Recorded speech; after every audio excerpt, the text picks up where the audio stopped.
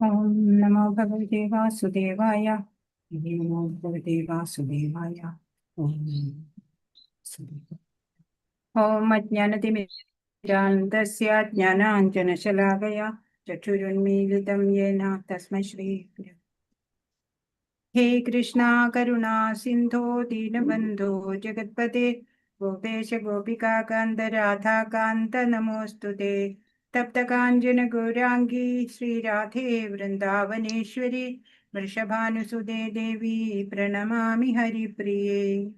ജയ ശ്രീകൃഷ്ണ ചൈതന്യ പ്രഭു നിത്യാനന്ദ ശ്രീ അദ്വൈത ഗദാധര ശ്രീവാസാദി ഗൗരഭക്തവൃന്ദ. ഹരേ കൃഷ്ണ കൃഷ്ണ കൃഷ്ണ ഹരേ ഹരേ ഹരേ രാമ രാമ രാമ ഹരേ ഹരേ. ഹരേ കൃഷ്ണ കൃഷ്ണ കൃഷ്ണ ഹരേ ഹരേ ഹരേ രാമ രാമ രാമ ഹരേ ഹരേ. श्री श्री राधा गोविंद की जय. श्रील प्रभुपाद की जय. गुरु महाराज की जय. हरे कृष्णा ഹരേ കൃഷ്ണ. ശ്രീ ശ്രീ രാധാ ഗോവിന്ദ് ടെമ്പിൾ ഈസ്കോൺ മാംഗ്ലൂരിൽ നിന്നുള്ള 18 ദിവസത്തെ ഭഗവത്ഗീത പഠനം 9 ദിവസം കഴിഞ്ഞു അല്ലെ, പകുതി പിന്നിട്ട് കഴിഞ്ഞു നമ്മള്. ഈ ക്ലാസ്സിലേക്ക് എല്ലാവർക്കും സ്വാഗതം. ഇന്ന് 10ാമത്തെ അധ്യായം വിഭൂതി യോഗം. ഇന്നലെ അത്യന്തം രഹസ്യമായിട്ടുള്ള കാര്യങ്ങളൊക്കെ ഇന്നലെ വെളിപ്പെടുത്തി തന്നു ഭഗവാൻ അല്ലെ. രാജവിദ്യ രാജഗുഹ്യം ആയിട്ടുള്ളത്. ജ്ഞാനികള് ഭഗവാനെ എങ്ങനെ ആരാധിക്കേണ്ടത് എന്നൊക്കെ പറഞ്ഞു തന്നു. 4 കാര്യങ്ങൾ മാത്രം ചെയ്താല് ഭഗവത് പ്രാപ്തി ഉണ്ടാവും എന്നൊക്കെ ഭഗവാൻ പറഞ്ഞു തന്നു. അപ്പൊ ഭക്തിയിൽ ഉറച്ചു നിൽക്കുന്നത് എങ്ങനെയാണ് എന്നാണ് ഈ അധ്യായം നമുക്ക് പറഞ്ഞു തരാം. എല്ലാ സമയവും ഭഗവാനെ നമുക്ക് എങ്ങനെയാണ് ഓർക്കാൻ സാധിക്കുക? സാധാരണ നമ്മൾക്ക് ഭൗതിക വസ്തുക്കളെ കുറിച്ച് ആളുകളെ കുറിച്ചൊക്കെ ചിന്ത ഉണ്ടാവുക. ഭഗവാന്റെ അതീന്ദ്രിയതയെ കുറിച്ചിട്ട് ചിന്തിക്കാനുള്ള പരിശീലനം അത് നമുക്ക് ലഭിച്ചിട്ടില്ല.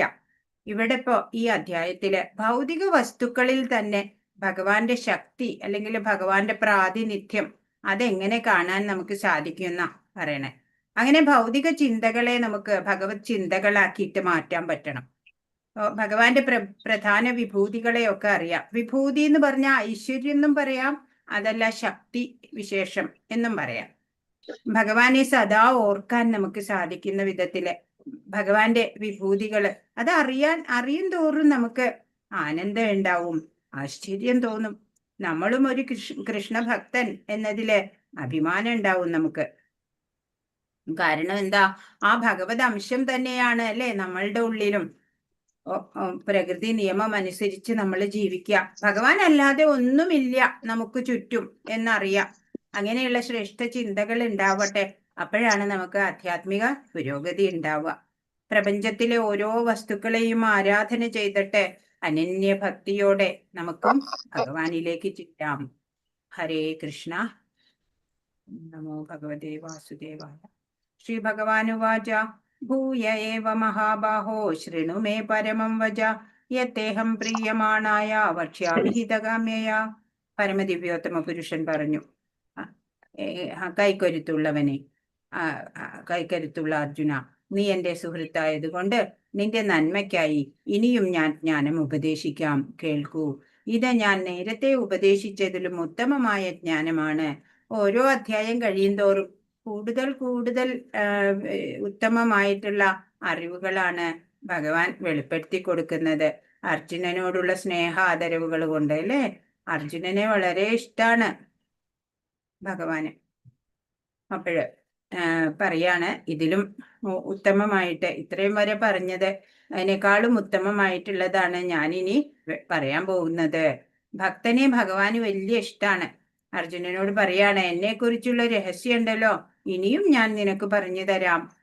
അപ്പോ ആദ്യം ഭഗവാൻ മനുഷ്യനായിട്ട് അവതരിപ്പിച്ചപ്പോഴ് വൃന്ദാവനത്തില് മണ്ണ് തിന്നുന്ന കൃഷ്ണനോട് വാ തുറക്കാൻ പറഞ്ഞപ്പോഴ് പൂർണ്ണ പ്രപഞ്ചാണ് അവിടെ കാണുന്നത് അല്ലേ.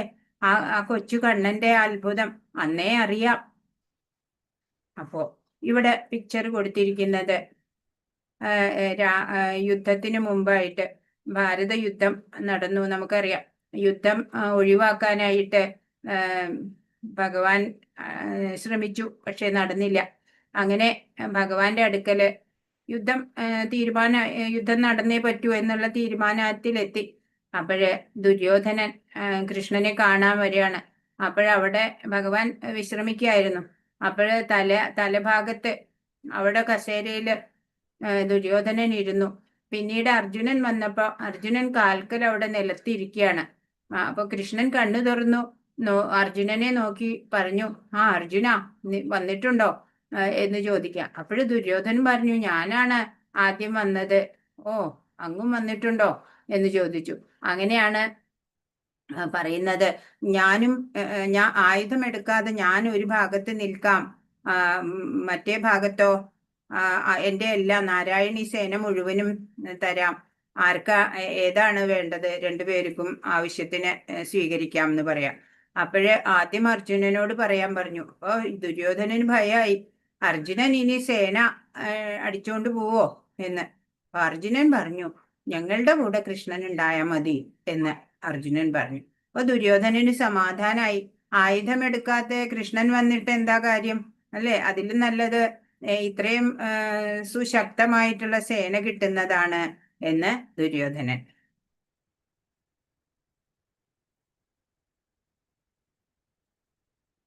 രണ്ടാമത്തെ ശ്ലോകം. ന മേദ്വിദുസുരഗണ പ്രഭവം ന മഹർഷയ അഹമാതിർഹി ദേവാനാം മഹർഷീണാം ച സർവശ. എന്റെ ഉത്പത്തി, വിഭൂതി എന്നിവയെപ്പറ്റി ദേവന്മാർക്കോ ഋഷികൾക്കോ അറിഞ്ഞുകൂടാ.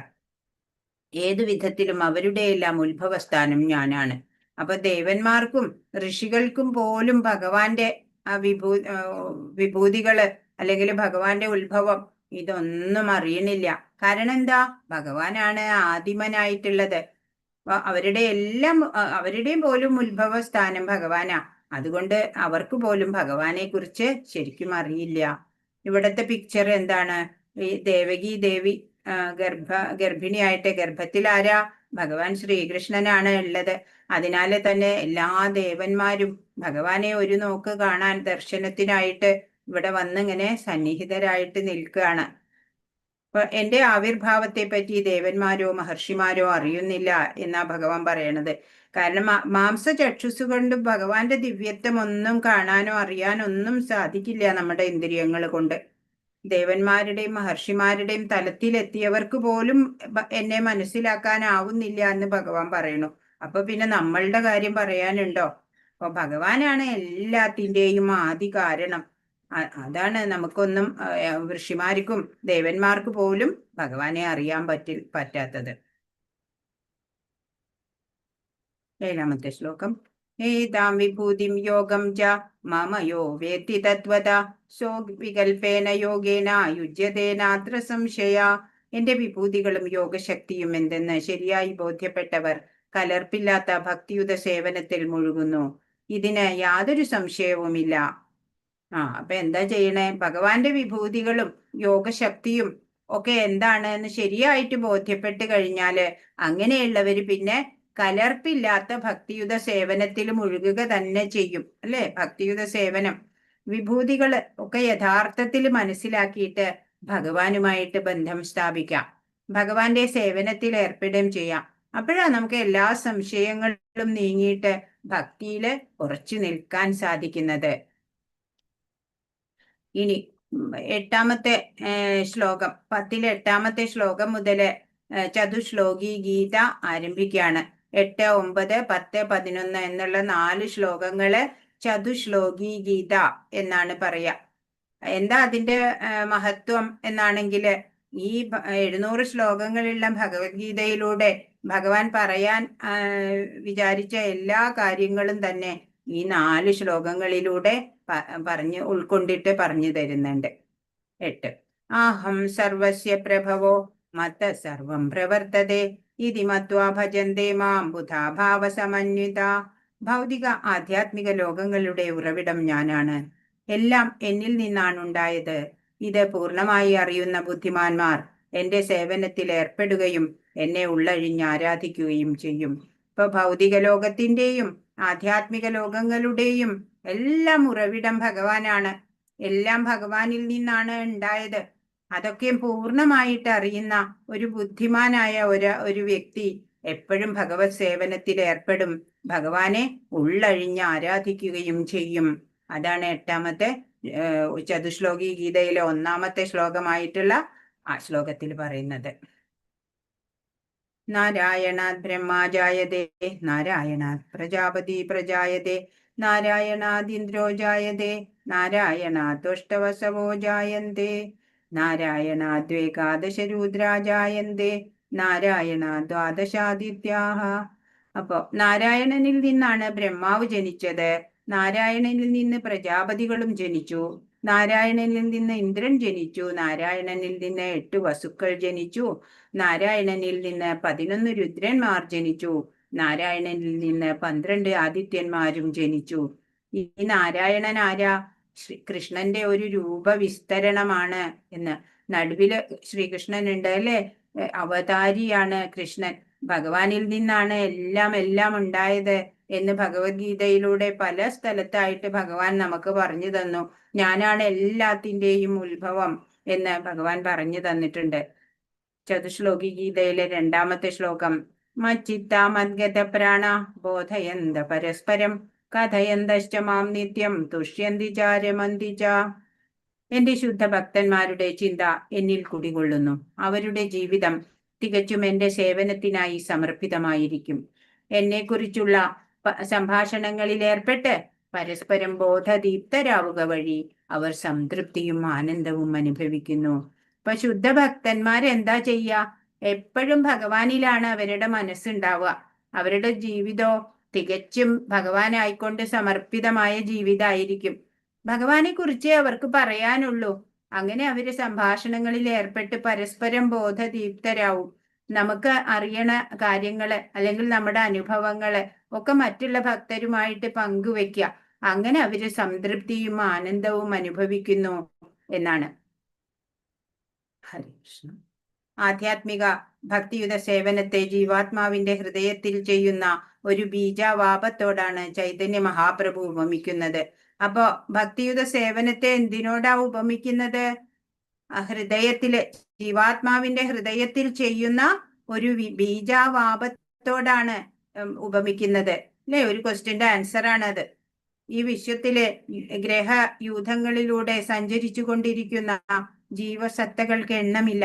അവരിൽ തന്നെ കുറച്ചു പേർക്ക് ഒരു ശുദ്ധ ഭക്തൻ എന്നെ കണ്ടുമുട്ടാനും അങ്ങനെ ഭക്തിയുത സേവനത്തെ കുറിച്ച് അറിയാനും ഭാഗ്യമുണ്ടാവാറുള്ളൂ. ഒരു വിത്ത് പോലെയാണ് ഈ ഭക്തിയുത സേവനം എന്നാ പറയണേ. ഈ ജീവസത്തയുടെ ഹൃദയത്തില് ഈ ബീജം നട്ടു കഴിഞ്ഞ ശേഷം ആ ജീവാത്മാവ് ഹരേ കൃഷ്ണ കൃഷ്ണ കൃഷ്ണ ഹരേ ഹരേ, ഹരേ രാമ രാമ രാമ ഹരേ ഹരേ എന്ന മന്ത്രോച്ചാരണം ചെയ്തുകൊണ്ടും കേട്ടുകൊണ്ടും ഇരുന്നാൽ ആ വിത്ത് മുളച്ചു വരും. അങ്ങനെയാണ് അല്ലേ. നമ്മുടെ ഓരോ ഭക്തന്റെയും ഉള്ളില് ഇങ്ങനെ ഭക്തി എന്ന് പറഞ്ഞാൽ വെറുതെ ഭക്തിയല്ല, ഭക്തി സേവനാണ്. ആ ഭക്തിയുത സേവനം വഴി ജീവസത്തയുടെ ഹൃദയത്തിൽ ഒരു ബീജം ഇങ്ങനെ നടുകയാണ് ചെയ്യണത്. അപ്പൊ പിന്നെ അതിന് ജലം പരിപോഷിപ്പിക്കണം ആ സസ്യത്തിനെ അല്ലെ. ആ ലതയെ പരിപോഷിപ്പിക്കാനായിട്ട് നമ്മൾ നാമജപം, സാധന, ഭക്തി എല്ലാം ചെയ്തിട്ട് ആ ലത ഇങ്ങനെ വളർന്ന് ഗോലോക വൃന്ദാവനം വരയ്ക്ക് എത്തണം. അതാണ് ഒരു ഭക്തൻ സാധന അനുഷ്ഠിക്കുന്നതിന്റെ പ്രാധാന്യം പറയുന്നത്. ഒരു വിത്ത് പതിവായി നനച്ചുകൊണ്ടിരുന്നാൽ എന്നതുപോലെ ഭക്തിയുത സേവനത്തിന്റെ ആധ്യാത്മികമായ ചെടിയും ക്രമേണ വളർന്ന് ഭൗതിക ലോകത്തിന്റെ തോട് തുളച്ച് പരവ്യോമത്തിലെ ബ്രഹ്മജ്യോതിസോളം എത്തും. അപ്പൊ നമ്മൾ ഇന്നലെ കണ്ടു അല്ലേ, ഗോലോക ചാർട്ടിലെ ഭൗതിക ലോകത്തിന്റെ 7 കവറിങ്. അതൊക്കെ തോട് തുളച്ചിട്ട് ഈ ലത, ഈ ചെടി ഇങ്ങനെ എത്തണം, ബ്രഹ്മജ്യോതിസോളം എത്തും. പിന്നെയോ ആ പരവ്യോമത്തിലും അത് വളർന്ന് ഗോലോക വൃന്ദാവനം എന്നു പേരുള്ള കൃഷ്ണന്റെ സർവോത്കൃഷ്ട ലോകത്തോളം ഉയരുന്നു. അവസാനം അത് കൃഷ്ണന്റെ പാദാരവിന്ദങ്ങളെ ആശ്രയിച്ച് വിശ്രമിക്കുകയും ചെയ്യുന്നു. ഈ വിധത്തിൽ ഒരു വൃക്ഷത്തിന് ക്രമേണ പൂക്കളും കായകളും ഉണ്ടാകുന്നത് പോലെ ഭക്തിയുത സേവനമാകുന്ന ലതയും പൂക്കുകയും കായ്ക്കുകയും ചെയ്യുന്നു. അപ്പോഴും ശ്രവണ കീർത്തനങ്ങളാലുള്ള ജലസേചനം തുടർന്നു പോരണം. ചൈതന്യ ചരിതാമൃതത്തിൽ ഈ ലതയെക്കുറിച്ച് വിവരിച്ചിട്ടുണ്ട്.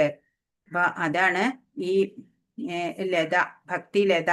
ഇങ്ങനെ അത് വളരാനുള്ള ആ ജലസേചനവും പരിപോഷണവും ഒക്കെ നമ്മള് ശ്രവണ കീർത്തനങ്ങള്, അതുപോലെ ചിട്ടയായ ദിനചര്യകള്, സാധനാ ഭക്തി ഒക്കെ അനുഷ്ഠിച്ച് ആ ഭക്തി ലതയെ വളർത്തിയെടുക്കണം.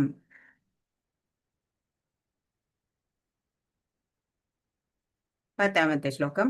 തേഷാം സതതയുക്താനാം ഭജതാം പ്രീതിപൂർവകം ദദാമി ബുദ്ധിയോഗം തം യേന മാമുപയാന്തി തേ.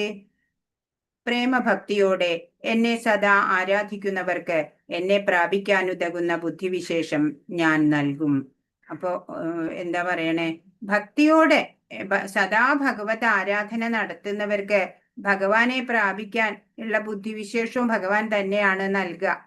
അതായത് ഈ ഇപ്പൊ ഒരു എഡ്യൂക്കേഷൻ ഒന്നും വേണ്ട അല്ലേ ഭക്തിയിൽ വരാൻ. ഒരു ഭക്തന് എഡ്യൂക്കേഷണൽ ക്വാളിഫിക്കേഷൻ ഒന്നും വേണമെന്നില്ല അല്ലേ. ഭഗവാനിലെ ആ പരമ പ്രേമം ഉണ്ടായാലും മാത്രം മതി. ഇവിടെ ധ്രുവന്റെ കഥയാണ് ഇവിടെ കൊടുത്തിട്ടുള്ളത്. ധ്രുവൻ കൊച്ചുകുട്ടിയാ, വലിയ ജ്ഞാനിയൊന്നും അല്ലായിരുന്നു. അങ്ങനെ ഭഗവാനെ കണ്ടപ്പോഴ് എങ്ങനെ സ്തുതിക്കണമെന്ന് പോലും ആ കുട്ടിക്ക് അറിയണില്ല. അപ്പോഴോ ഭഗവാൻ തന്റെ കയ്യിലെ ആ ശംഖ് എടുത്തിട്ട് ആ കവിളിൽ തലോടാണ്.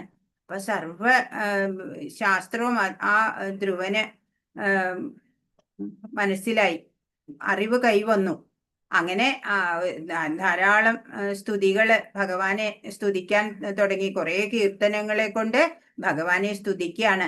അപ്പോ ഒരറിവില്ലാത്ത ആളാണെന്നാലും പ്രേമഭക്തിയോടെ സദാ ആരാധിച്ചു കഴിഞ്ഞാല് ഭഗവാനെ പ്രാപിക്കാൻ ഉതകുന്ന ബുദ്ധിവിശേഷം ഭഗവാൻ തന്നെയാണ് അങ്ങനെയുള്ളവർക്ക് നൽകുന്നത്. അതിന്റെ ഉദാഹരണമാണ് ധ്രുവന്റെ ഇവിടെ കാണിച്ചിട്ടുള്ളത്. വിശ്വാസ്യനായ ഒരു ആധ്യാത്മിക ഗുരു ഉണ്ടായാലും ഒരു ആധ്യാത്മിക സംഘടനയിൽ ഉൾപ്പെട്ടാലും ശരി, മുന്നേറാൻ ഉതകുന്ന ബുദ്ധിശക്തി ഒരാൾക്കില്ലെങ്കിൽ അയാൾക്ക് കൃഷ്ണൻ അന്തര്യാമിയായിരുന്ന ഉപദേശങ്ങൾ നൽകുന്നു. ഇപ്പോ നമ്മളിപ്പോ ഗുരു ദീക്ഷ എടുത്തവരാണെങ്കിൽ ഗുരു ഉണ്ടാവും. അതല്ല ഒരു ആധ്യാത്മിക സംഘടനയിൽ ഉൾപ്പെട്ടാലും ഒക്കെ മുന്നേറാൻ ഒരു ബുദ്ധി ഭഗവാൻ നൽകണം. എന്നാലേ നമുക്ക് മുന്നേറാൻ പറ്റുള്ളൂ. അല്ലാണ്ട് നമ്മൾ കുറെ ബുക്സ് വാങ്ങി വെച്ച് വായിച്ചു, അല്ലെങ്കിൽ ഗുരുവിന്റെ ദീക്ഷ എടുത്തു എന്നൊന്നും പറഞ്ഞിട്ട് കാര്യമില്ല. ഭഗവാന്റെ കൃപ തന്നെ വേണം. ഭഗവാൻ നമുക്ക് ഭഗവാൻ കാരുണ്യം ചൊരിഞ്ഞാൽ മാത്രമേ നമുക്ക് ജ്ഞാനമൊക്കെ ആർജിക്കാൻ സാധിക്കുള്ളൂ. അങ്ങനെ ആ ഭക്തനും അവസാനത്തിൽ പ്രയാസം കൂടാതെ ഭഗവാനിൽ എത്തിച്ചേരാൻ ഇടവരും. നിരന്തരം കൃഷ്ണാവബോധത്തോടെ ജീവിക്കുകയും പ്രേമഭക്തിയോടെ കൃഷ്ണന്റെ സേവ ചെയ്യുകയുമാണ് ആവശ്യമായ യോഗ്യത. ഭക്തൻ കൃഷ്ണന് വേണ്ടി എന്തെങ്കിലും പ്രവൃത്തി ചെയ്യണം. അതായത് ഈ എപ്പോഴും കൃഷ്ണാവബോധത്തോടെ ജീവിക്കുക, പ്രേമഭക്തിയോടെ ഭഗവാന്റെ സേവനം ചെയ്യുക. ഇപ്പൊ ഭക്തി ഉണ്ട് എന്ന് പറഞ്ഞിട്ട് ചുമ്മാ ഇരിക്കുകയല്ല, ഭഗവാനായിക്കൊണ്ട് എന്തെങ്കിലുമൊക്കെ പ്രവൃത്തി ചെയ്യണം. അത് പ്രേമപൂർവമാവുകയും വേണം. ആത്മസാക്ഷാത്കാരത്തിന്റെ മാർഗത്തിൽ മുന്നോട്ട് പോകാൻ തക്ക ബുദ്ധിശക്തി ഇല്ലെങ്കിലും ഭക്തിപൂർവമായ ഭഗവത് സേവനത്തിൽ നിർവ്യാജം ഏർപ്പെട്ടുകൊണ്ടിരുന്നാൽ അയാൾക്ക് പുരോഗതിക്കും ഭഗവത് സന്നിധി പോകുന്നതിനുമുള്ള അവസരം കൃഷ്ണൻ നൽകും. അപ്പോ നമ്മള് ഭക്തി സേവനം പ്രേമപൂർവം ഭക്തി സേവനം നിരതരായാൽ മാത്രം മതി. അങ്ങനെ ചെയ്യുമ്പോൾ പുരോഗതി നമുക്ക് ഉണ്ടാവും. ഭഗവാൻ തന്നെ അതിനുള്ള അവസരങ്ങളൊക്കെ നമുക്ക് നൽകുകയും ചെയ്യും.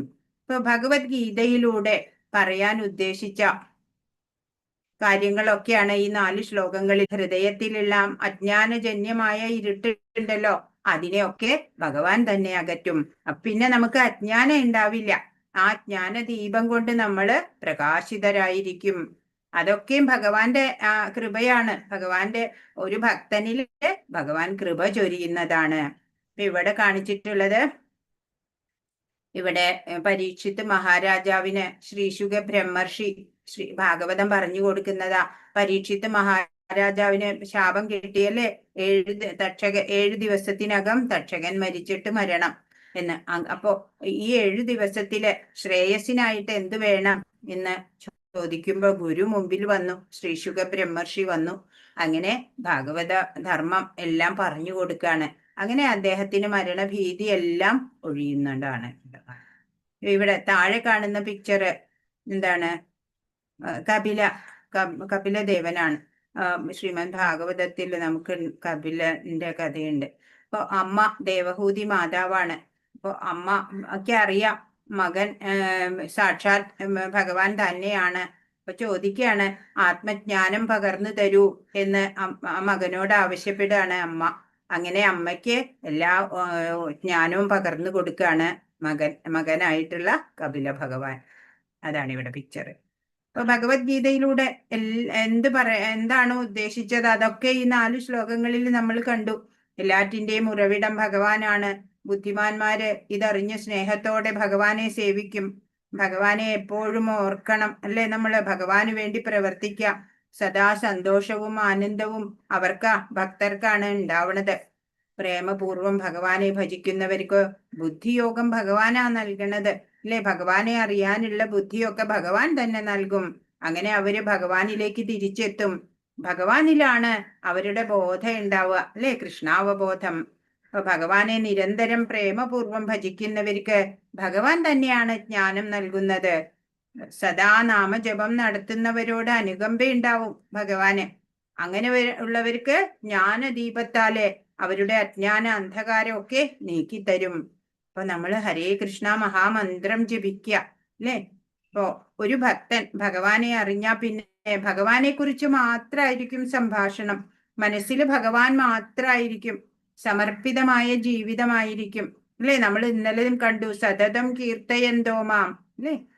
ഭഗവാനെ സേവിക്കുന്നവർക്കോ ഭഗവത് കാരുണ്യം എപ്പോഴും ഉണ്ടാവും.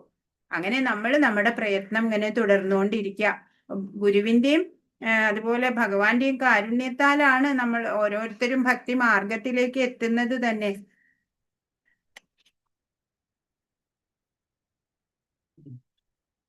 ജീവിതത്തിന് വേണ്ടുന്ന ഭൗതിക ആവശ്യങ്ങളെ പറ്റി ഭക്തൻ വിഷമിക്കേണ്ടതില്ല, ഉത്കണ്ഠയും വേണ്ട. ഹൃദയത്തിലെ അന്ധകാരം നീങ്ങിപ്പോയാൽ ഭക്തന്റെ സേവനത്താൽ സന്തുഷ്ടനായ ഭഗവാൻ ആവശ്യങ്ങളെല്ലാം നിറവേറ്റി കൊടുക്കും, അല്ലെ? ഒരു ഭക്തന് വേണ്ടുന്നതെല്ലാം ഭഗവാൻ നൽകും എന്ന് പറഞ്ഞു. യോഗക്ഷേമം വഹാമ്യഹം എന്ന്. ഇതാണ് ഭഗവത്ഗീതയിലെ ഉപദേശങ്ങളുടെ സാരം. ഭഗവത്ഗീത പഠനം വഴി ഒരാൾക്ക് ഭഗവാന് സ്വയം സമർപ്പിതനായി തീരാൻ കഴിയും, അല്ലെ? ഭഗവത്ഗീതയില് ഭഗവാനെ അറിഞ്ഞു കഴിഞ്ഞാല് പിന്നെ നമ്മൾ നമ്മുടെ ജീവിതം തന്നെ ഭഗവാനായിക്കൊണ്ട് സമർപ്പിക്കും. ഭക്തിപൂർവം കൃഷ്ണന്റെ സേവനത്തിൽ മുഴുകുകയും ചെയ്യാം. സർവവും ഭഗവാൻ ഏറ്റെടുക്കുന്നതോടെ ഭക്തൻ ഭൗതിക പ്രയത്നങ്ങളിൽ നിന്നെല്ലാം തികച്ചും മുക്തനാവുന്നു.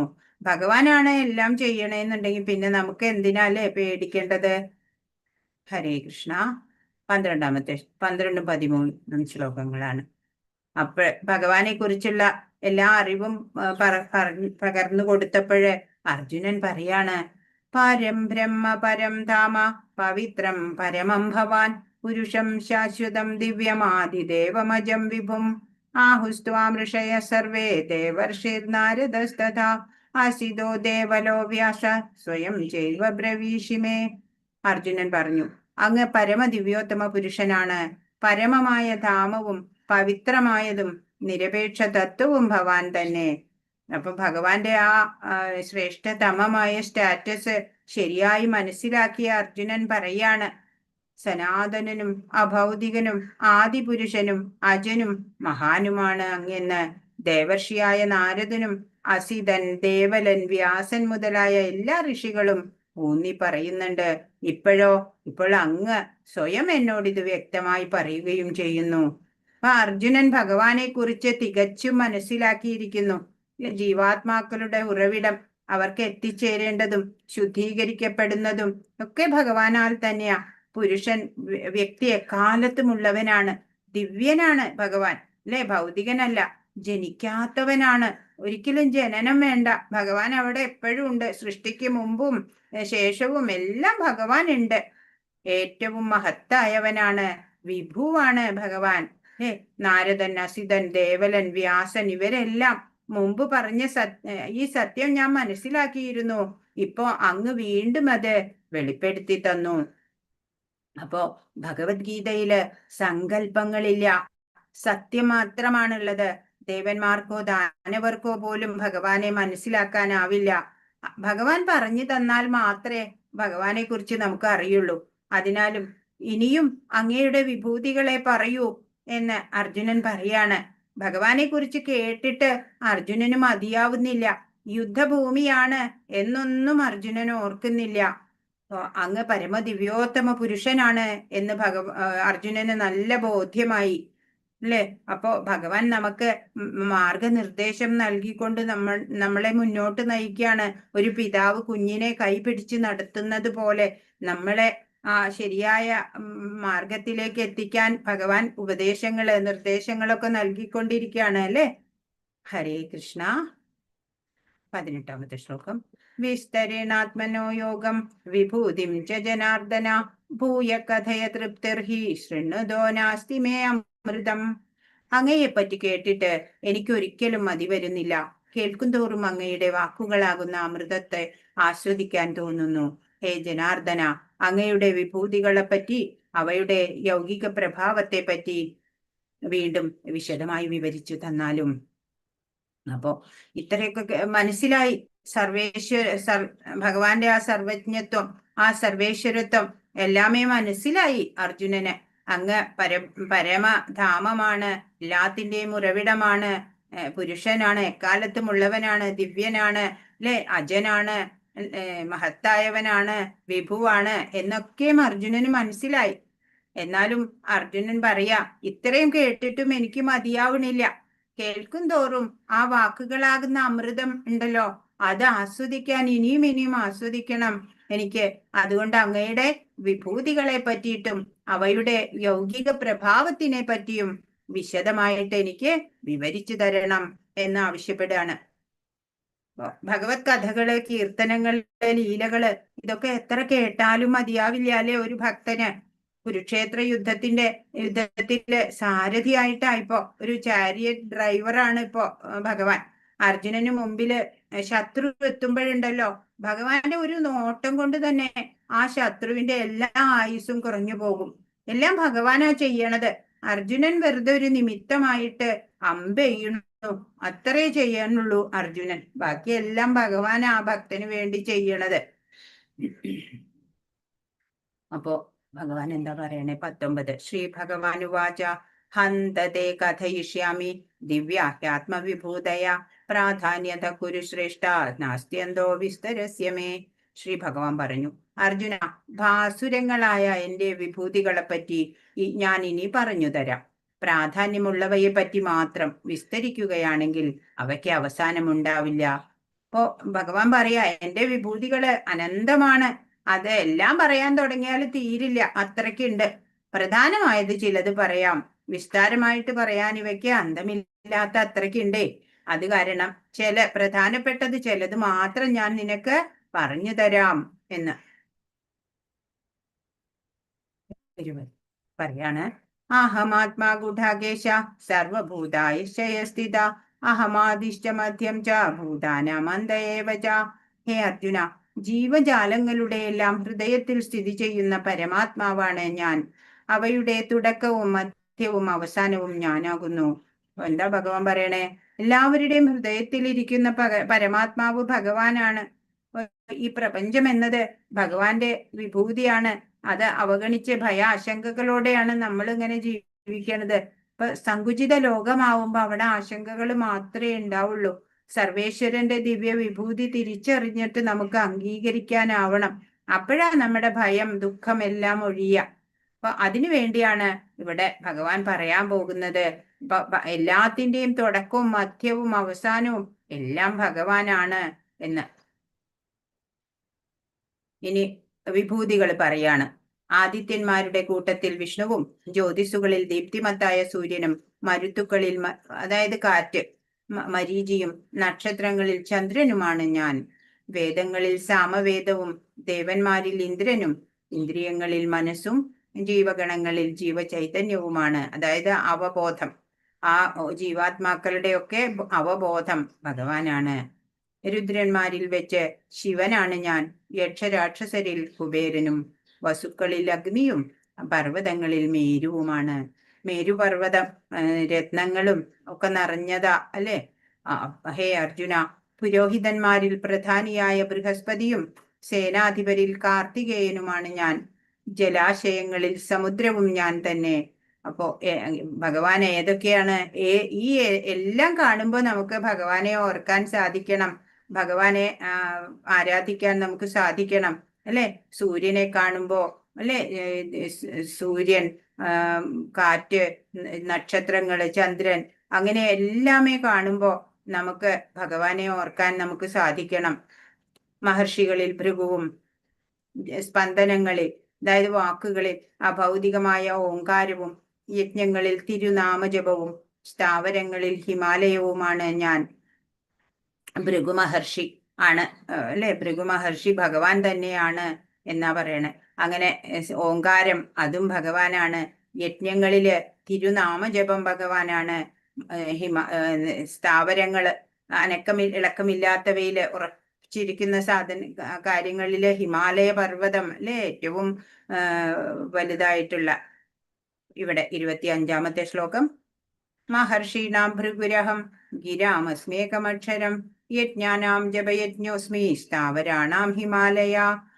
ഇവിടെയാണ് പറയണേ, യജ്ഞാനാം ജപയജ്ഞോസ്മി, അല്ലെ? ഞാനാണ് ജപയജ്ഞം എന്ന് ഭഗവാൻ പറഞ്ഞു തരികയാണ്. മഹർഷികളിൽ ഭൃഗുവും, സ്പന്ദനങ്ങളിൽ അഭൗതികമായ ഓങ്കാരവും, യജ്ഞങ്ങളിൽ തിരുനാമജപവും ഞാനാണ്, അല്ലെ? അപ്പോ നമ്മള് മാല ജപിക്കാൻ നമ്മൾ പഠിക്കണം, അല്ലെ? മാല ജപിക്കുന്നതിന്റെ ഒക്കെ ഒരു രീതികളൊക്കെ ഉണ്ട്. അതറിയാത്തവർക്ക് പറഞ്ഞു തരാം, പലർക്കും അറിയുന്നുണ്ടാവും. ഇന്നിപ്പോ എല്ലാവരുടെയും നോക്കി സെർച്ച് ചെയ്താലും ഗൂഗിളൊക്കെ പറഞ്ഞു തരും എങ്ങനെയാണ് മാല ഉപയോഗിക്കേണ്ടത് എന്നൊക്കെ. അപ്പൊ ഇവിടെ ഗുരുകുലത്തിലെ കുട്ടികളൊക്കെ നാമം ജപിക്കുക, അല്ലെ? ചെറുതിലേ തൊട്ട് തന്നെ നാമം ജപിക്കണം, അല്ലെ? പ്രായമായിട്ടല്ല വേണ്ടത് ഇതെല്ലാം. ഹരേ കൃഷ്ണ. ഇനി വൃക്ഷങ്ങളിൽ അശ്വത്ഥം എന്ന് വെച്ചാൽ ആൽമരം, ബോധി വൃക്ഷം എന്നൊക്കെ പറയും ചിലപ്പോ.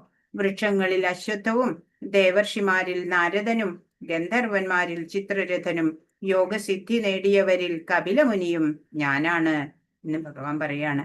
അശ്വങ്ങളിൽ ഞാൻ ഉച്ചൈശ്രവസ്, അശ്വങ്ങള് കുതിര, അതായത് പാലാഴി കടഞ്ഞപ്പോഴ് അമൃതം നേടാനായി കലക്കപ്പെട്ട സമുദ്രത്തിൽ പിറന്ന കുതിര ഉച്ചൈശ്രവസ് ഭഗവാനാ. ആനകളിൽ ഇന്ദ്രവാഹനമായ ഐരാവതം ഭഗവാനാണ്. മനുഷ്യരിലോ രാജാവ് ഭഗവാനാണ്. ആയുധങ്ങളിൽ വെച്ച് വജ്രം, ഇടിമിന്നല്, അത് ഭഗവാനാണ്. പശുക്കളിൽ സുരഭിയും, ജനനഹേതുക്കളിൽ കാമദേവനും, സർപ്പങ്ങളിൽ വാസുകിയും ഞാൻ തന്നെ, ഭഗവാൻ തന്നെയാണ്. അനേക ഭണങ്ങളോടുകൂടിയ നാഗങ്ങളിൽ അനന്തനാണ് ഞാൻ. ജലജീവികളിൽ വരുണൻ, പിതൃക്കളിൽ അര്യമ. അപ്പൊ പിതൃലോകമുണ്ട്, അവിടുത്തെ രാജാവ് അര്യമ. ശിക്ഷകരിൽ മൃത്യുദേവതയായ യമൻ, യമനും ഭഗവാൻ തന്നെയാണ്. ദൈത്യന്മാരിൽ ഭക്തപ്രഹ്ലാദൻ, അല്ലെ? അസുരന്മാരില് ഭക്തപ്രഹ്ലാദൻ ഭഗവാൻ തന്നെയാണ്. കീഴ്പ്പെടുത്തുന്നവയിൽ കാലം, വന്യമൃഗങ്ങളിൽ സിംഹം, പക്ഷികളിൽ ഗരുഡനും ഭഗവാൻ. അപ്പൊ ഇതൊക്കെയും കാണുമ്പോ നമുക്ക് ഭഗവാനെ ഓർക്കാൻ സാധിക്കില്ലേ? പിന്നെ സൃഷ്ടിയുടെ ആദിമധ്യ അവസാനങ്ങൾ ഞാൻ തന്നെ. അർജുന, ശാസ്ത്രങ്ങളിൽ അധ്യാത്മശാസ്ത്രവും തർക്കശാസ്ത്രങ്ങളിൽ നിർണയ സത്യവുമാണ് ഞാൻ. അക്ഷരങ്ങളിൽ അകാരവും സമാസങ്ങളിൽ ദ്വന്ദ്വ സമാസവുമാണ്. അകാരം ഇല്ലാത്ത ഒരു വാക്കുപോലും ഇല്ല, അല്ലേ? അപ്പോ അത് ഭഗവാനാണ്. അനവസാനമായ കാലം, അവസാനമില്ലാത്ത കാലം ഭഗവാനാണ്. സൃഷ്ടികർത്താക്കളിൽ ബ്രഹ്മാവ് ഞാനാണ്. ഭഗവാൻ ആരാണ്? സൃഷ്ടികർത്താക്കളില് ബ്രഹ്മാവാണ്. സർവസംഹാരിയായ മരണവും ഭാവിയുടെ ഉദ്ഭവസ്ഥാനവും, സ്ത്രീകളിൽ യശസ്, ഭാഗ്യം, സുന്ദര ഭാഷണം, ഓർമ്മശക്തി, ബുദ്ധി, സ്ഥൈര്യം, ക്ഷമ എന്നിവയും ഞാനാണ്. അപ്പൊ സ്ത്രീകളില് യശസ്വിയായ സ്ത്രീ, അല്ലെങ്കിൽ ഭാഗ്യവതിയായ സ്ത്രീ, അല്ലെ? സുന്ദര ഭാഷണമുള്ള സ്ത്രീ, ഓർമ്മശക്തി, ബുദ്ധി, സ്ഥൈര്യം, ക്ഷമയൊക്കെയുള്ള സ്ത്രീകളെ കാണുമ്പോൾ ഭഗവാന്റെ ശക്തി തന്നെയാണ്, അല്ലെ? അങ്ങനെ പിന്നെ സാമവേദ സൂക്തങ്ങളിൽ ബൃഹൽ സാമവും, ഛന്ദസ്സുകളിൽ വെച്ച് ഗായത്രി മന്ത്രവും, മാസങ്ങളിൽ മാർഗശീർഷവും, ഋതുക്കളിൽ വസന്തവുമാണ് ഞാൻ. അപ്പോ ഭഗവാൻ എന്തൊക്കെയാ പറഞ്ഞു തരണേ, അല്ലെ? സാമവേദത്തിലെ ബൃഹത് സാമമാണ്, ഛന്ദസ്സുകളിലെ ഗായത്രി മന്ത്രമാണ്, മാർഗശീർഷ മാസം നവംബർ ഡിസംബർ മാസം, ഋതുക്കളില് വസന്തം ഞാനാണ്. വഞ്ചകരുടെ ചൂതുകളിയും തേജസ്വികളുടെ തേജസ്സും ഞാനാകുന്നു. അല്ലെ, ഇപ്പൊ ഭഗവാനെ ആർക്കും തോൽപ്പിക്കാൻ പറ്റില്ല, ചൂതുകളിലോ ഒന്നിലും. ഭഗവാൻ ആരെ ചോര അഗ്രഗണ്യനാ, അല്ലെ. ജയവും സതുദ്യമവും ശക്തരുടെ കരുത്തും ഭഗവാനാണ്. വൃഷ്ണികുലത്തിൽ വാസുദേവനും പാണ്ഡവരിൽ അർജുനനും മുനികളിൽ വ്യാസനും ചിന്തകരിൽ ഉശനാ കവിയുമാണ് ഞാൻ. ചിന്തകരില് ഉശനാ കവി എന്ന് പറഞ്ഞാല് ശുക്രാചാര്യരാണ്. അസുര ഗുരുവായിട്ടുള്ള ശുക്രാചാര്യരാണ് ഇവിടെ ഉശനാ കവി എന്ന് പറയും. നിയമരാഹിത്യങ്ങളെ അടിച്ചമർത്തുന്ന പദ്ധതികളിൽ ദണ്ഡം, അതായത് ശിക്ഷ, ഭഗവാനാണ്. വിജയം കാക്ഷിക്കുന്നവരുടെ നീതി, അതും ഭഗവാനാണ്. ഗോപ്യങ്ങളിൽ മൗനവും ജ്ഞാനികളുടെ ജ്ഞാനവും, അത് ഭഗവാനാണ്. അല്ലയോ അർജുന, സർവഭൂതങ്ങളുടെയും ആദി ബീജമാണ് ഞാൻ. ഭഗവാനാണ്, അല്ലെ, സർവത്തിന്റെയും ബീജപ്രദപിത എന്ന്. എന്നെ കൂടാതെ ചരാചരങ്ങളിൽ ഒന്നിനും നിലനിൽപ്പില്ല. എല്ലാം ഒരു സൂചനയാണ്. എല്ലാം ഒന്നും പറയാൻ സാധിക്കില്ല എന്ന് ഭഗവാൻ മുമ്പേ പറഞ്ഞു. ചിലത് മാത്രം പറഞ്ഞു. ഇതെല്ലാം കാണുമ്പോഴും എല്ലാം ഭഗവാൻ തന്നെയാണെന്നറിഞ്ഞ് നമുക്ക് ആരാധന ചെയ്യാനും ഭഗവാനെ സ്മരിക്കാനും സാധിക്കണം. 40. നാന്തോസ്തി മമ ദിവ്യാനാം വിഭൂതീനാം പരം തപ ഏതദുദ്ദേശത പ്രോക്തോ വിഭൂതേർ വിസ്തരോ മയാ. ശത്രുക്കളെ ജയിക്കുന്നവനെ, എന്റെ ദിവ്യ വിഭൂതികൾക്ക് അവസാനമില്ല. ഞാൻ പറഞ്ഞതാകട്ടെ എന്റെ അനന്തമായ വിഭൂതികളുടെ ഒരു സൂചന മാത്രമാണ്. പരന്തപ എന്ന് പറഞ്ഞാൽ ശത്രുക്കളെ ജയിക്കുന്നവൻ. എന്റെ ഭഗവാൻ പറയാണ്, ഭഗവാന്റെ വിഭൂതികൾക്ക് ഒരു അവസാനം ഇല്ല. പറയാൻ തുടങ്ങിയാല് അന്തമില്ലാത്ത അത്രയ്ക്കുണ്ട് ഭഗവാന്റെ ശക്തി വിശേഷങ്ങള്, ഭഗവാന്റെ ഐശ്വര്യങ്ങള്. ഭഗവാൻ ഇപ്പൊ പറഞ്ഞത് അനന്തമായ വിഭൂതികളുടെ ഒരു സൂചന തന്നൂന്നേ ഉള്ളൂ. ബാക്കിയെല്ലാം നമ്മൾ ഇനി ഓരോന്നും കാണുമ്പോൾ അതൊക്കെയും ഭഗവാന്റെ ശക്തി വിശേഷങ്ങളാണ്, ഐശ്വര്യങ്ങളാണ് എന്നറിഞ്ഞ് ഭഗവാനെ സ്മരിക്കാനും ആരാധിക്കാനും നമുക്ക് സാധിക്കണം. എല്ലാ ചരാചരങ്ങളും നിലനിർത്തുന്നത് ഭഗവാനാണ്. ഭഗവാന്റെ വിഭൂതികൾക്ക് അവസാനം ഇല്ല. നീണ്ട ലിസ്റ്റ് ഇപ്പൊ തന്നെ തന്നു, അല്ലെ.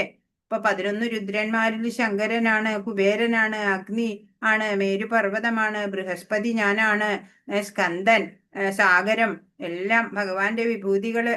അറ്റമില്ലാത്ത ബൃഹസ്പതി, കാർത്തികേയൻ, ഭൃഗു, അതുപോലെ ഹിമാലയ പർവ്വതം, അശ്വത്ഥം, നാരദര്, ചിത്രരഥൻ, കപിലൻ, ഉച്ചൈശ്രവസ് എന്നുള്ള കുതിര, ഐരാവതം എന്നുള്ള ആന, രാജാവ് ഞാനാണ്, അല്ലെ. വജ്രം, സുരഭി, വാസുകി, യമൻ, സിംഹം, ഗരുഡൻ, എല്ലാം. മത്സ്യങ്ങളിൽ എന്താണ്, മകരമത്സ്യം ഒക്കെ ഭഗവാനാണ് എന്ന് ഭഗവാൻ ഇവിടെ നമുക്ക് പറഞ്ഞു തന്നു. ഇതൊരു വെറും സൂചന മാത്രാണ്. ഇനിയും ഇനിയും അനന്തമായിട്ട് വിഭൂതികള് നമുക്ക് ചുറ്റുമുണ്ട്. 41.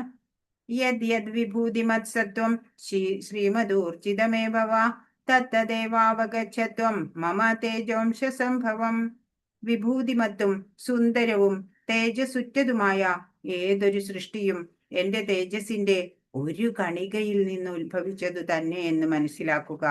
ഇപ്പൊ ഇവിടെ കാണുന്നുണ്ടല്ലേ പിക്ചറില്, വളരെ ഭംഗിയുള്ള മയില്, അതുപോലെ പക്ഷികളുടെ നിറം അല്ലെങ്കിൽ പൂക്കള് ഒക്കെ മനോഹരമായതാണ്, അല്ലെ. അങ്ങനെ ആ ശക്തിമത്തായത്, ഐശ്വര്യപൂർണമായത്, സുന്ദരമായത്, തേജസ്സുറ്റതുമായിട്ടുള്ള ഏതൊരു സൃഷ്ടി കാണുമ്പോഴും അതൊക്കെയും ഭഗവാന്റെ തേജസ്സിന്റെ ഒരു കണികയിൽ നിന്ന് ഉത്ഭവിച്ചതല്ലേ, ഭഗവാന്റെ ശക്തി വിശേഷങ്ങളല്ലേ എന്ന് നമ്മൾ മനസ്സിലാക്കണം. ഇനി ഇതിപ്പോ ഒരു വെറുതെ സൂചന മാത്രാണ്. ഇനി ഓരോന്നും ഓരോന്നും കാണുമ്പോഴും അതൊക്കെയും ഭഗവാന്റെ ശക്തി വിശേഷങ്ങളാണെന്ന് നമ്മൾ മനസ്സിലാക്കിയിട്ട് ഭഗവാനെ ആരാധിക്കാൻ നമുക്ക് സാധിക്കണം. ഹരികൃഷ്ണ. 42. അഥവാ ബഹുനൈതേന കിം ജ്ഞാതേന തവാർജുന വിഷ്ടഭ്യാഹമിതം കൃഷ്ണം മേകാംശേന സ്ഥിതോ ജഗത്. അല്ലെങ്കിൽ അർജുന, ഇനിയും വിശദമായി ഇതെല്ലാം അറിഞ്ഞിട്ട് എന്തു വേണം? എന്റെ ഒരു ചെറിയ അംശം മാത്രമാണ് ഈ മഹാപ്രപഞ്ചത്തിൽ വ്യാപിച്ച് അതിനെ നിലനിർത്തുന്നത്. ഇതെല്ലാം പറഞ്ഞു, അല്ലേ, ഒരു സൂചന തന്നു. അനന്തമായിട്ട് നീളുന്ന ലിസ്റ്റാണ് ഭഗവാന്റെ ഐശ്വര്യങ്ങളുടെയും വിഭൂതികളുടെയും. അപ്പോ ഇതെല്ലാം വിശദമായിട്ട് ഇനി നിനക്ക് അറിഞ്ഞിട്ട് എന്തിനാ? എന്റെ ചെറിയൊരു അംശം കൊണ്ടാണ് ഈ മഹാപ്രപഞ്ചത്തില് എല്ലാം നിലനിൽക്കുന്നത് എന്ന്. ഇപ്പൊ ഭഗവാന്റെ ശക്തി വിശേഷം അനന്തമാണ്. അതിലെ ഒരു അംശം, ഒരു തന്മാത്ര കൊണ്ട് മാത്രാണ്, ഒരു അംശശക്തി കൊണ്ട് മാത്രാണ് ഈ പ്രപഞ്ചം, മഹാപ്രപഞ്ചം ഈ സുന്ദരപൂർണവും തേജസ്സുറ്റതുമായിട്ട് നിലനിൽക്കുന്നത് എന്ന് നീ അറിയുക എന്ന്. ഇപ്പൊ ഭഗവാനെ കുറിച്ചുള്ള വലിയ രഹസ്യമാണ് ഇവിടെ വെളിപ്പെടുത്തി തന്നത്. അനേക കോടി ബ്രഹ്മാണ്ടങ്ങൾ അടങ്ങിയ ഈ മുഴുവൻ ജഗത്ത്, അല്ലെ, ഈ പ്രപഞ്ചം മുഴുവനും നിലനിർത്തുന്ന ശക്തി ഭഗവാന്റെ വെറും ഒരു അംശശക്തി മാത്രാണ്. അപ്പൊ ഭഗവാന്റെ മുഴുവൻ ശക്തി എത്രയാണ്, അല്ലെ? അചിന്ത്യ ശക്തിയാണ് ഭഗവാൻ ഉള്ളത്. ഭഗവാന്റെ തേജസ്സിന്റെ ഒരു കണിക കൊണ്ട് തന്നെ ഇത്രയും ഭംഗിയുള്ള സൃഷ്ടികളും എല്ലാം ഉണ്ടാവുന്നു. അപ്പൊ ഭഗവാന്റെ ഐശ്വര്യം അനന്തമാണ്. കേവലം അർജുനനെ ബോധ്യപ്പെടുത്താനല്ല, ഭൗതികർക്കെല്ലാം ബോധ്യപ്പെടാൻ വേണ്ടിയാണ് ഭഗവാൻ ഈ രഹസ്യം പറഞ്ഞു തന്നത്.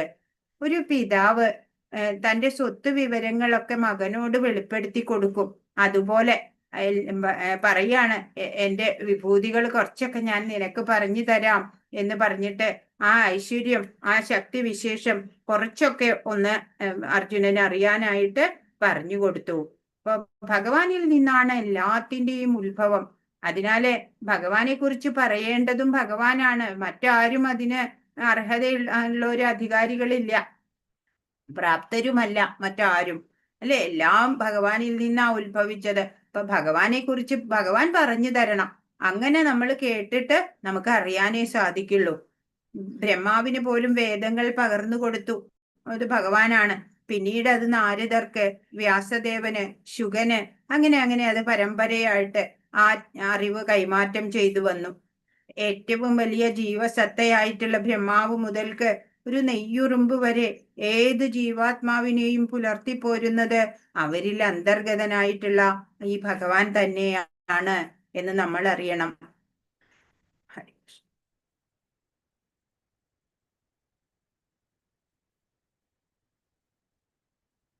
അപ്പൊ ഭഗവാനെ കുറിച്ചിട്ട് ആർക്കാണ് അറിയാ, അല്ലെ? ഭഗവാനെ കുറിച്ചിട്ട് ആർക്കറിയാം എന്ന് ചോദിച്ചാ ഒരു സ്റ്റോറി പറയാം. അതായത് ഒരു സന്യാസി, ഒരു പണ്ഡിതനുണ്ട്, വലിയ അറിവുള്ള പണ്ഡിതൻ.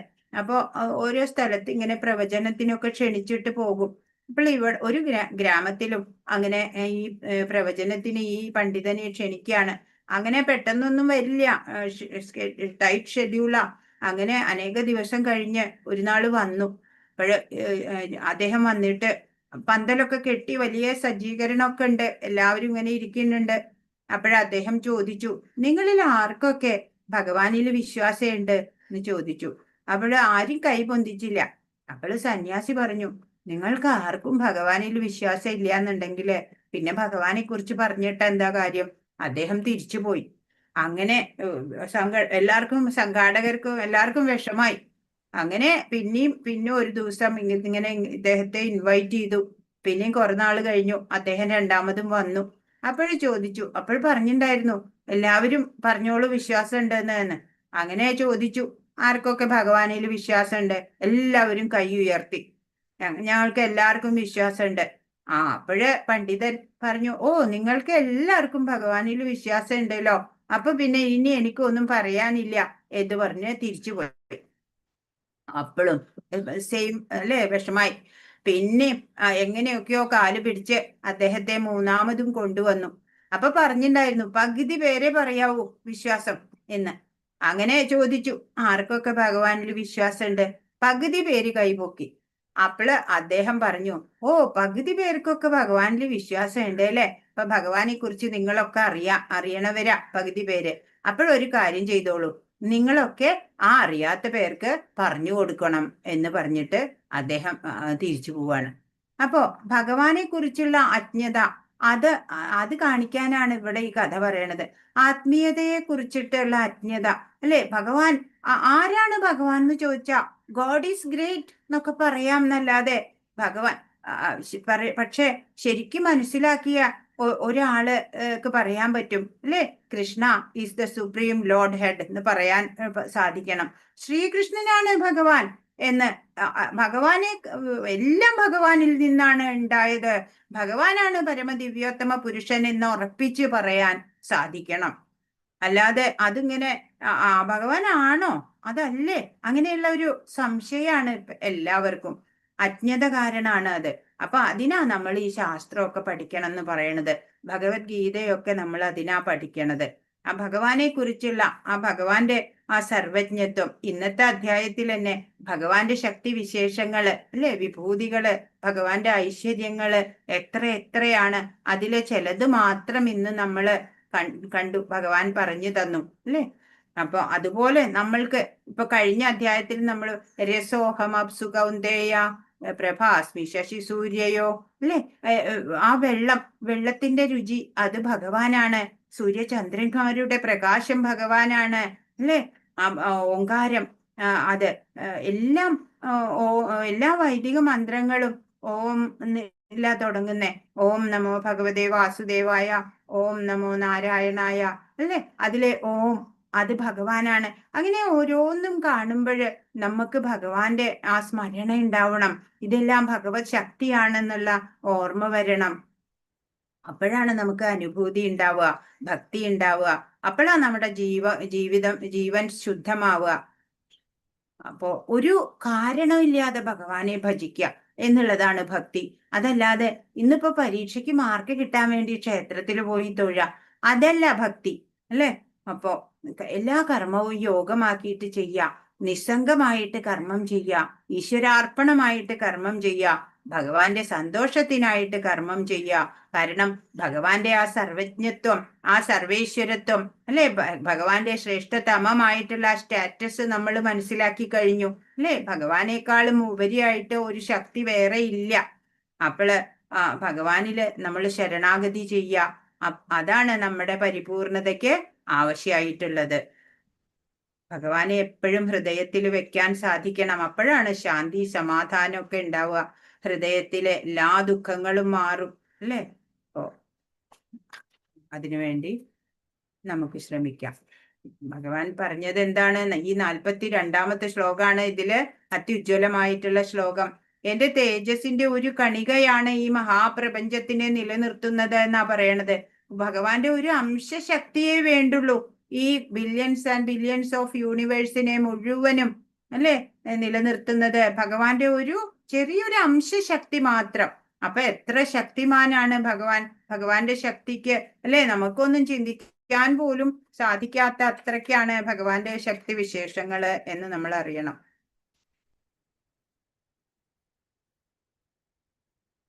ഹരേ കൃഷ്ണ കൃഷ്ണ കൃഷ്ണ ഹരേ ഹരേ, ഹരേ രാമ രാമ രാമ ഹരേ ഹരേ. വാഞ്ചാകൽപതരുഭ്യശ്ച കൃപാ സിന്ധുഭ്യേവ ച പതിതാനാം പാവനേഭ്യോ വൈഷ്ണവേഭ്യോ നമോ നമഃ. അനന്തകോടി വൈഷ്ണവ വൃന്ദ കി ജയ്, ശ്രീല പ്രഭുപാദ് കി ജയ്, ഗുരു മഹാരാജ് കി ജയ്. ഹരേ കൃഷ്ണ. ഇന്ന് പറഞ്ഞതിൽ എന്തെങ്കിലും സംശയം ഉണ്ടെങ്കിൽ ചോദിക്കൂ. ഹരേ കൃഷ്ണ.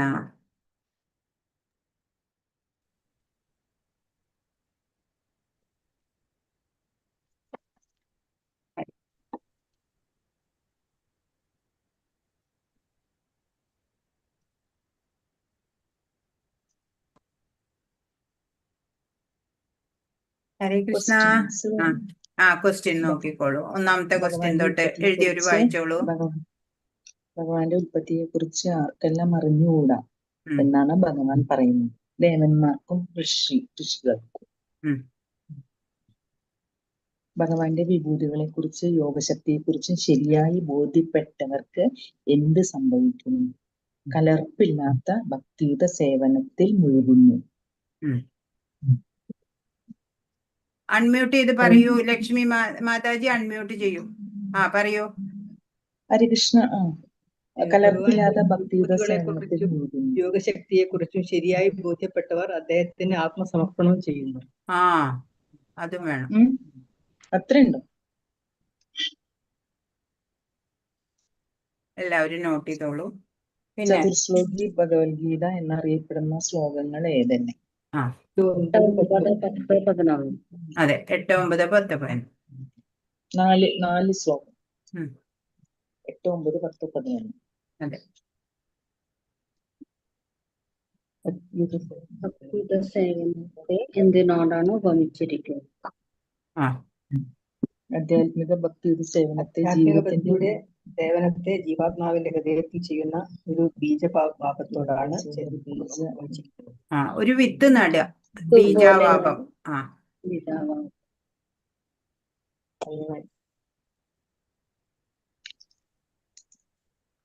ഭഗവത്ഗീത ഉപദേശങ്ങളുടെ സാരം എന്താണ്? ആ ജീവിതത്തിന് വേണ്ടി ഭൗതിക ആവശ്യങ്ങളെ പറ്റി ഭക്തർ വിഷമിക്കേണ്ടതില്ല. ഉത്കണ്ഠയും വേണ്ട. ഹൃദയത്തിലെ അന്ധകാരം നീങ്ങിപ്പോയാൽ ഭക്തന്റെ സേവനത്താൽ സന്തുഷ്ടനായ ഭഗവാൻ ആവശ്യങ്ങളെല്ലാം നിറവേറ്റി കൊടുക്കും.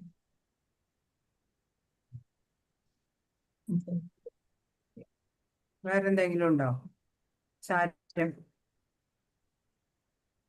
യജ്ഞങ്ങളിൽ ഭഗവാൻ എന്താണ്? ജപയജ്ഞം. ആ അശ്വങ്ങളിൽ ഭഗവാൻ ആരാണ്? ഉച്ചൈസ്രവസ്. ആ സൃഷ്ടികർത്താക്കളിൽ ഭഗവാൻ ആരാണ്? ബ്രഹ്മാവ്. ഉം. ശ്ലോകം 41 എന്തിനെ കുറിച്ച് പറയുന്നു? വിഭൂതിമത്തും സുന്ദരവും ലോകസ്ഥലവും ഭൗതിക ലോകത്തിലായാലും തേജസ്സുറ്റതും സുന്ദരവും ഐശ്വര്യപൂർണവുമായിട്ടുള്ള ഒരു കണികയിൽ നിന്ന് ബുദ്ധിയുടെ അംശാവിഷ്കാരമാണ്. ശ്ലോകം 12 അർജുനൻ ഭഗവാനെ ഇങ്ങനെയാണ് വിശേഷിപ്പിക്കുന്നത്. പരബ്രഹ്മ പരം ധാമ. ഭഗവാൻ പരമദിവ്യോത്തമ പുരുഷനാണ്. പരമമായ ധാമവും പരമപവിത്രമായതും നിരപേക്ഷതത്വവും ഭഗവാനാണ്. കൊറേ കൂടി ഉണ്ട്. ഇനിയുണ്ടോ? പരബ്രഹ്മ പരന്ധാമ എന്ന് പറയാം. പരംധാമ പവിത്രം പരമം ഭവാൻ പുരുഷം ശാശ്വതം ദിവ്യം ആദിദേവം അജം വിഭു. എല്ലാം എഴുതണം. പവിത്രം പരമം ഭവാൻ, പരബ്രഹ്മ പരന്ധാമ പവിത്രം പരമം ഭവാൻ,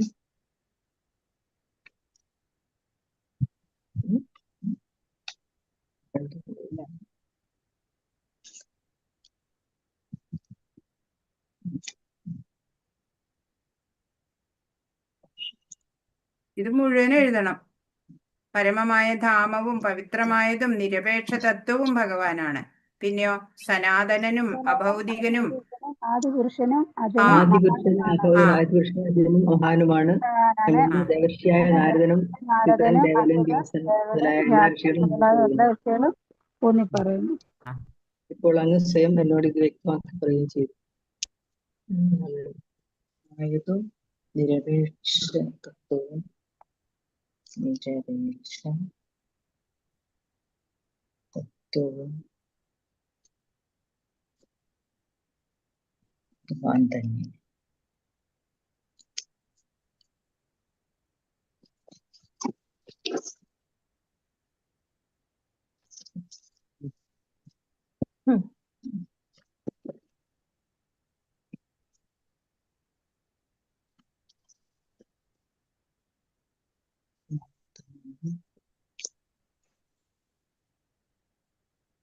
ഭൗതികനും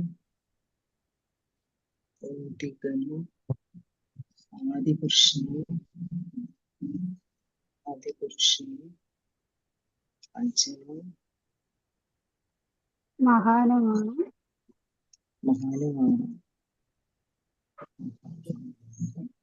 ദേവർഷിയായ നാരദനും അസുതൻ. അതുവരെ എഴുതിയാലും മതി. അജനും മഹാനുമാണ് അങ്ങ് എന്ന് വരെ എഴുതിയാലും മതി. നാരദൻ. അത് മുനിമാര് പറഞ്ഞിരുന്നു. ഇപ്പൊ അങ്ങ് എന്നോട് വ്യക്തമായി നേരിട്ട് പറയുകയും ചെയ്തു എന്നുള്ളതാണ്. ഇതുവരെ മഹാനുമാണ് എന്ന് വരെ എഴുതിയാലും മതി.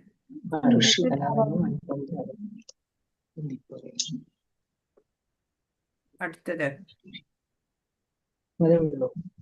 അത്രേ ഉള്ളൂ. ഇനി എന്തെങ്കിലും ചോദിക്കാനുണ്ടോ? ഇത് ഭഗവത്ഗീത ഉപദേശങ്ങളുടെ സാരം, അത് ആ 4 അഞ്ചിൽ വരുന്നത് മുഴുവൻ എഴുതേണ്ടത്. ഏതാ? ഭഗവത്ഗീത ഉപദേശങ്ങളുടെ സാരം എന്താണെന്നുള്ള 5ാമത്തെ ഒരു ചോദ്യമുണ്ട്. അത് ആ 4 ശ്ലോകങ്ങളിൽ വരുന്ന മുഴുവൻ അത് എഴുതേണ്ടതാണ് ശരിക്കും. അതായത് ഭഗവാനാണ് എല്ലാത്തിന്റെയും ഉത്ഭവം, അല്ലേ? എല്ലാത്തിന്റെയും ഉറവിടം ഭഗവാനാണ്. ബുദ്ധിമാന്മാർ ഇതറിഞ്ഞ് ഭഗവാനെ സേവിക്കും, ഭഗവാനെ എപ്പോഴും ഓർക്കും, ഭഗവാന് വേണ്ടി പ്രവർത്തിക്കുക, അല്ലെ? അങ്ങനെയുള്ള ഭക്തന് സന്തോഷവും തുഷ്യന്തിജ രമന്തിജ എന്ന് പറഞ്ഞേക്കണേ. ഭഗവാന് അങ്ങനെ ഭക്തർക്ക് എപ്പോഴും സന്തോഷവും ആനന്ദമാണ് ഉണ്ടാവുക. അപ്പൊ പ്രേമപൂർവം ഭഗവാനെ ഭജിക്കുന്നവർക്ക് ബുദ്ധിയോഗം ഭഗവാൻ തന്നെ നൽകും, അല്ലെ? ബുദ്ധിവിശേഷം നൽകുന്നത് ഭഗവാൻ തന്നെയാണ്. അങ്ങനെയുള്ള ഭക്തരെ ഭഗവാനിലേക്ക് തിരിച്ചെത്തും. ഭഗവാനിലാണ് എപ്പോഴും അവരുടെ ബോധം ഉണ്ടാവുക. അപ്പോ ഭഗവാനെ ഭജിക്കുന്നവർക്കോ ഭഗവാൻ തന്നെയാണ് ജ്ഞാനം നൽകുന്നത്, അല്ലെ? ജ്ഞാനദീപം കൊണ്ട് അജ്ഞാന അന്ധകാരത്തിനെ മാറ്റിക്കളയും എന്ന് പറഞ്ഞു. ജ്ഞാനദീപത്താലെ അവരുടെ അജ്ഞാന അന്ധകാരം നീക്കി തരും, അല്ലേ? അതൊക്കെ ആ 4 ശ്ലോകത്തിന്റെയും ചുരുക്കി എഴുതി കഴിഞ്ഞാൽ അത് നല്ലതാ. ഹരേ കൃഷ്ണ.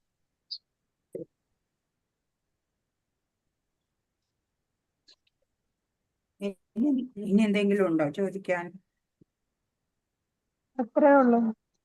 ആ 10 ദിവസം അത്രേ ഉള്ളൂ.